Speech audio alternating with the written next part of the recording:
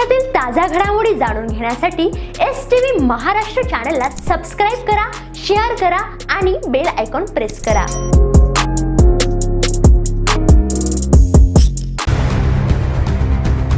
शिरपूर चोपडा रस्त्यावर भीषण अपघात, दुचाकीस्वार पती-पत्नीचा मृत्यू।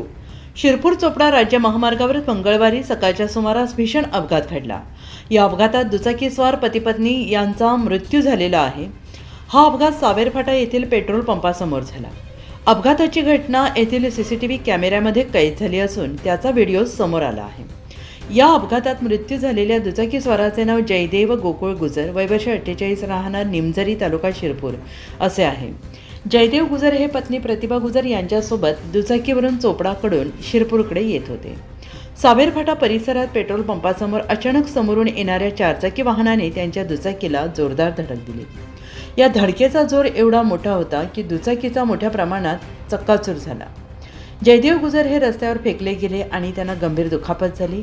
स्थानिक नागरिकांनी तातडीने मदत करण्याचा प्रयत्न केला, मात्र गंभीर जखमांमुळे जयदेव गुजर यांचा घटनास्थळी मृत्यू झाला। अपघातात त्यांच्या पत्नी प्रतिभा गुजर या गंभीर जखमी झाल्या होत्या। त्यांना तातडीनं शिरपूर येथील खाजगी रुग्णालयात उपचारासाठी दाखल करण्यात आले। उपचारादरम्यान रात्री त्यांचाही मृत्यू झाला। अपघाताची माहिती मिळताच थाळनेर पोलिसांनी घटनास्थळी धाव घेतली।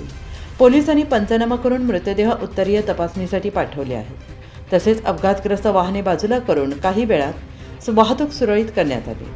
पोलिसांकडून अपघाताचा पुढील तपास सुरू आहे। या अपघातामुळे निमझरी परिसरात हळहळ व्यक्त केली जाते आहे। गुजर कुटुंबावर दुःखाचा डोंगर कोसळला आहे।